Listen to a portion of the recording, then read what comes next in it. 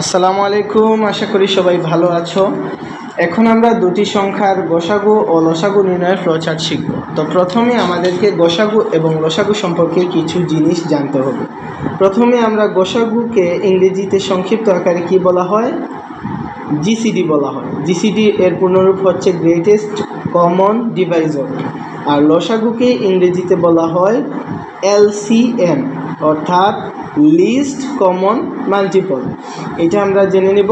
পরবর্তীতে আমরা গসাগু কিভাবে নির্ণয় করতে হয়। আমরা জানি গসাগু নির্ণয় করতে হয় যে আমরা দুটি সংখ্যা নেই, এই দুটি সংখ্যাকে ভাগ করতে থাকবো যতক্ষণ না সেটার ভাগশেষ 0 হবে, অর্থাৎ লাস্টে যে সংখ্যাটি দিয়ে সর্বশেষ ভাগ যাবে সেটাই হচ্ছে গসাগু।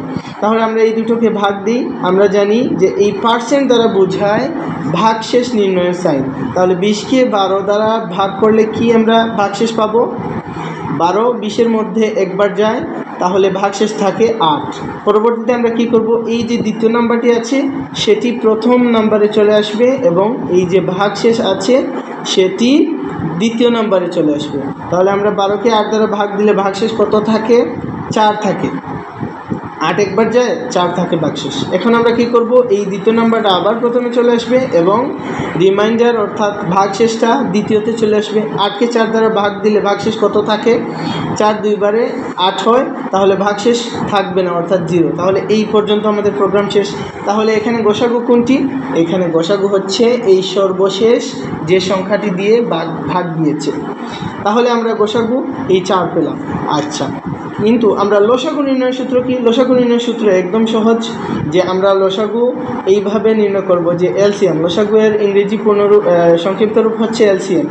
এলসিএম এর সূত্র হচ্ছে প্রথম নাম্বার 1কে নাম্বার 2 দ্বারা কি করব? গুণ করব এবং পরবর্তীতে জিসিডি দ্বারা অর্থাৎ গসাগু দ্বারা ভাগ করব। এটা আমরা মুখস্থ করে নেব ইনশাল্লাহ। তাহলে এই জায়গায় আমরা কি পেয়েছি? আমরা এইটা তো অবশ্যই পারবো ইনশাল্লাহ, কিন্তু এই জায়গায় আমরা সূত্র কি পেয়েছি? প্রথমে আমরা পেয়েছি যে আমাদেরকে নাম্বার 1কে নাম্বার 2 দ্বারা ভাগ করতে হবে। আর এই ভাগের মানটা আমরা কোথায় রাখবো? আমরা অর্থাৎ ভাগশেষ হবে রিমাইন্ডার রাখবো। রিমাইন্ডারকে REM দ্বারা আমরা প্রকাশ করব। তাহলে এই জায়গায় আমরা রাখবো। আমরা জানি সি প্রোগ্রামের সমান দ্বারা বোঝায় মান রাখা। তাহলে এই জায়গায় আমরা নাম্বার 1কে নাম্বার 2 দ্বারা ভাগ করে তার মানটা কোথায় রাখলাম? রিমাইন্ডারে রাখলাম। পরবর্তীতে কি হলো? যে নাম্বার 2, আমরা জানি নাম্বার 2 পরবর্তী লাইনে গিয়ে নাম্বার 1 হয়ে গেল, অর্থাৎ নাম্বার 1-এর ভিতর আমরা কি রাখবো? নাম্বার 2 এর মান রাখবো। আর এই জায়গায় আর কি হচ্ছে? যে রিমাইন্ডারের মান পরবর্তীতে নাম্বার 2-তে এসে যাচ্ছে, তাহলে নাম্বার 2-তে আমরা কি রাখবো? রিমাইন্ডারের মান রাখবো। এইভাবে চলতে থাকবে যতক্ষণ না আমাদের প্রোগ্রামের 0 না হয়, অর্থাৎ আমাদের আনসার যতক্ষণ না 0 না হবে ততক্ষণ আমাদের প্রোগ্রাম চলতে থাকবে। এখন আমরা ফ্লোচার্টে চলে যাই ইনশাল্লাহ।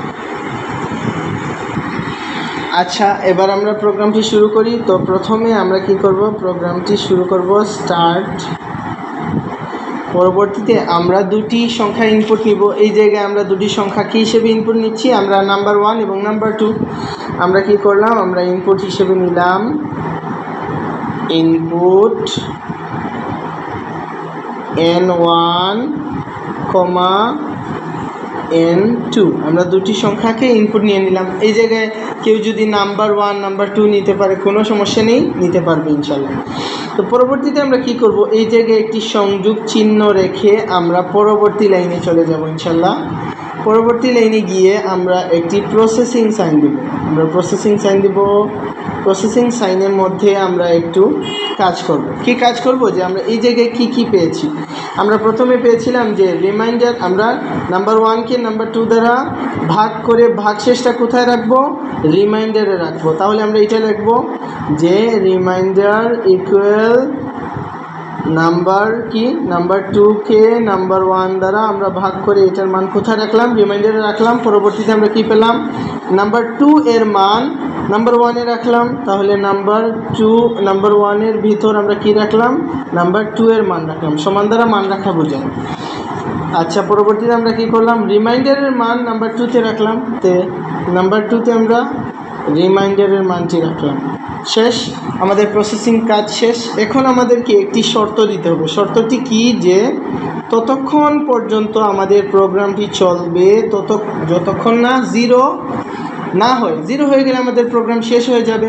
তাহলে এই জায়গায় আমরা কি করব, আমাদের তো গোসাগুর আনসার কি n2, তাহলে আমরা কি করব, n2-কে দিব আশ্চর্যবোধক চিহ্ন দিয়ে সমান দিয়ে দিব 0। এই আশ্চর্যবোধক চিহ্ন দ্বারা বোঝায় যে জিরো না হয়, যতক্ষণ না জিরো হবে না ততক্ষণ আমাদের কি প্রোগ্রামটি চলতে থাকবে।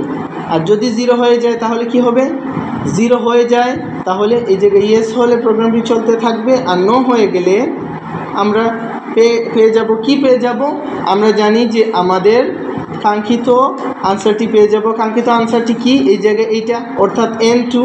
তাহলে আমরা আবার একটা প্রসেসিং সাইন দিব। প্রসেসিং সাইনে আমরা এই জায়গায় লিখব যে আমাদের গোসাগুর ইংরেজি সংক্ষিপ্ত রূপটা কী যেন ছিল, জিসিডি। জিসিডি সমান কী ছিল, জিসিডি সমান এই যে আমরা n2 এর মান পেয়েছি, তাহলে জিসিডি সমান n2।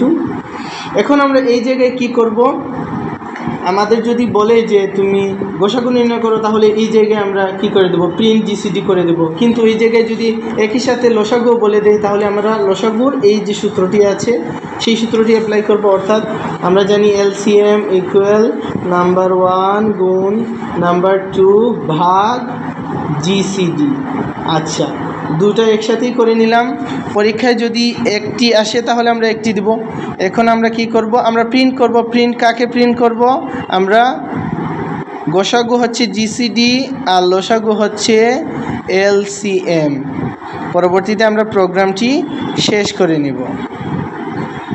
একদম সহজ। আমরা ভিডিওটি বারবার দেখব যাতে আমাদের কোনো ভুল না হয়। পরীক্ষায় শুধুমাত্র গোসাগু দিতে পারে এবং লসাগু দিতে পারে। আমি দুটি ছবি দিয়ে দিচ্ছি, তোমরা স্ক্রিনশট নিয়ে নিবে।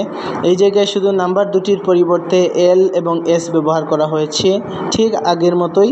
তোমরা দেখে নিও, ইনশাল্লাহ বুঝতে পারবে।